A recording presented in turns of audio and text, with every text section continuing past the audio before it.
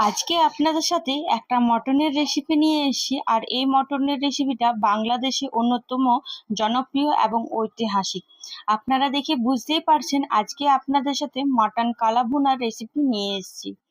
আশা করি আপনাদের এই ভিডিওটা ভালো লাগবে। আর চটজলদি আপনারা কিভাবে এই দুর্দান্ত একটা মাটনের রেসিপি বানাতে পারবেন সেটাই আজকে আপনাদের সাথে শেয়ার করব। তো এইখানে আমি মাটন নিয়ে নিয়েছি, আপনারা চেষ্টা করবেন চর্বিযুক্ত মাটন নেওয়া। আর এরপর আমি এক এক করে মশলা অ্যাড করব, যেমন সামান্য লবণ গুঁড়ো অ্যাড করে দিলাম, আর তার সাথে হলুদ গুঁড়ো, জিরে গুঁড়ো, কাশ্মীরি রেড চিলি পাউডার, আর তার সাথে ধনে গুঁড়ো, আর এখানে আমি গরম মশলা অ্যাড করেছি। গরম মশলা পাউডার অ্যাড করে দেওয়ার পর আমি এখানে দুটো শুকনো লঙ্কা, তেজপাতা, 4-5টা গোলমরিচ, এলাচ, লবঙ্গ সবকিছু অ্যাড করে দিলাম। আর তার সাথে আদা রসুনকে ভালো করে মিহি করে পেস্ট করে রেখেছিলাম, সে পেস্টটা এখানে 1 চামচের মতন অ্যাড করলাম। আর পেস্টটা সামান্য একটু জল দিয়ে আর তার সাথে গোলমরিচ অ্যাড করে আমি এই পেস্টটা অ্যাড করেছি। ঝালটা অবশ্যই নিজেদের মতন করে অ্যাড করবেন। এখানে আমি একটু ঝালটা বেশি করেছি, তাই এখানে একটু গোলমরিচটা ব্যবহারটাও আমি বেশি করেছি। এরপর সবকিছু ভালো করে মিশিয়ে নেওয়ার পর একটা ভালো করে কভার দিয়ে রেখে নেব। আপনাদের যদি হাতের সময় কম থাকে তো কমসে কম 2 ঘন্টা আপনারা রাখবেন। আমি কিন্তু এভাবে সারা রাত রেখে দিয়েছিলাম। তারপরের দিনে সকালে আমার এই মাটনটা ম্যারিনেশন করা একদম কমপ্লিট হয়ে গেছে। এরপর গ্যাসে একটা কড়াই চাপিয়ে তার মধ্যে সরষের তেল অ্যাড করে দিলাম। আর এরপর আমি এখানে কেটে রাখা পেঁয়াজটাকে ভালো করে একদম ব্রাউন করে আমাদেরকে পেঁয়াজটা ভাজতে হবে। আপনারা চাইলে কাঁচা পেঁয়াজের জায়গায় এখানে কিন্তু ভাজা পেঁয়াজও কিন্তু মাটনের সাথে দিতে পারেন। আমি কিন্তু ভাজা পেঁয়াজটা লাস্টে দিয়েছি, এটা কিন্তু পুরোপুরি অপশনাল। অনেকে আছে যে ভাজা পেঁয়াজটা প্রথমেই কিন্তু ম্যারিনেশন করার সময় দিয়ে রাখে। আমি কিন্তু এখানে একদম একটু অন্যরকম করার চেষ্টা করেছি। এখানে দেখুন পেঁয়াজের কালারটা কিন্তু চেঞ্জ হয়ে এসছে আর নরমও হয়ে এসছে। আমাদেরকে লো টু হাই মিডিয়ামে পেঁয়াজটাকে ভালো করে একদম ব্রাউন করে ভেজে নিতে হবে। এখানে দেখুন পেঁয়াজটা আমার ভাজা হয়ে গেছে। এরপর আমি এক এক করে একটা পাত্রে তুলে রেখে নেব। এরপর আমি ওই তেলের মধ্যে যে ম্যারিনেশন মাটনটা ছিল সেটা এখানে অ্যাড করে দিলাম।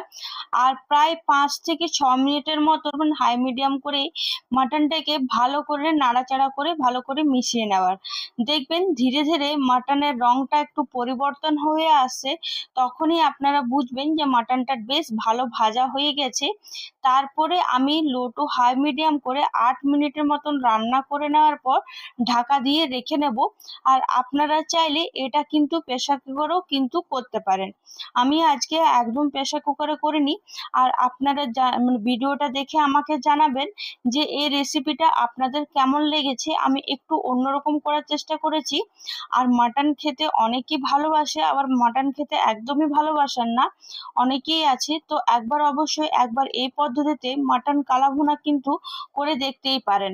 এরপর 8 মিনিট লো টু হাই মিডিয়ামে ঢাকা দেওয়ার পর এখানে আমি ঢাকা খুলে নিলাম। আবার ভালো করে নাড়াচাড়া করে আবার লো টু হাই মিডিয়ামে ঢাকা দিয়ে রেখে দেব 4 থেকে 5 মিনিটের মতন। 4 থেকে 5 মিনিটের মতন আমি এখানে ঢাকা দিয়ে রেখে দিয়েছিলাম। দেখুন এখানে মশলা থেকে খুব সুন্দর কিন্তু তেলটা ছেড়ে এসেছে। আশা করি আপনারা দেখে বুঝতে পারছেন। আর কালারটাও কিন্তু ধীরে ধীরে পরিবর্তন হয়ে আসছে। আমাদেরকে এই মটনটা বেসিক্যালি ঢাকা দিয়ে দিয়ে কিন্তু রান্না করতে হবে। লো টু হাই মিডিয়াম করে ঢাকা দিয়ে দিয়ে যত মাংসটাকে আমরাকে কষাবো তত দেখবেন মাংসটার স্বাদ আরো দুগুণ বাড়ছে আর কালারটাও ধীরে ধীরে চেঞ্জ হয়ে আসছে। এখানে আবার আমি 4 থেকে 5 মিনিটের মতন ঢাকা দিয়ে রেখে দেব।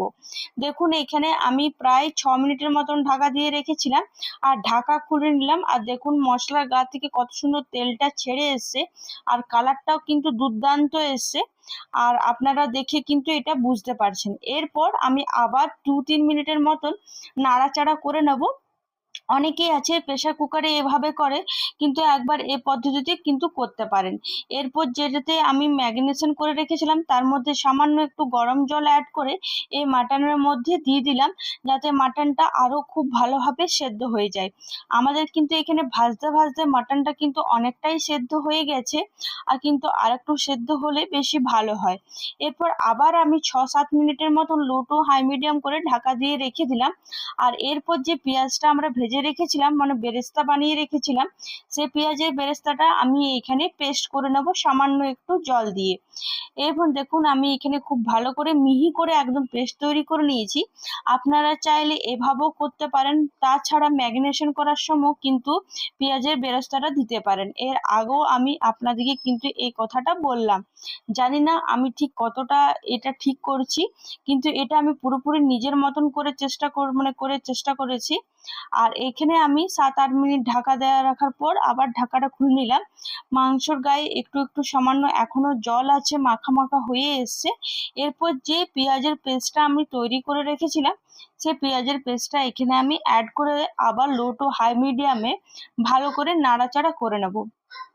তাহলে দেখবেন মাটনের কালারটা দুর্দান্ত আসছে, আর কালারটা কিন্তু চেঞ্জ হয়ে আসছে।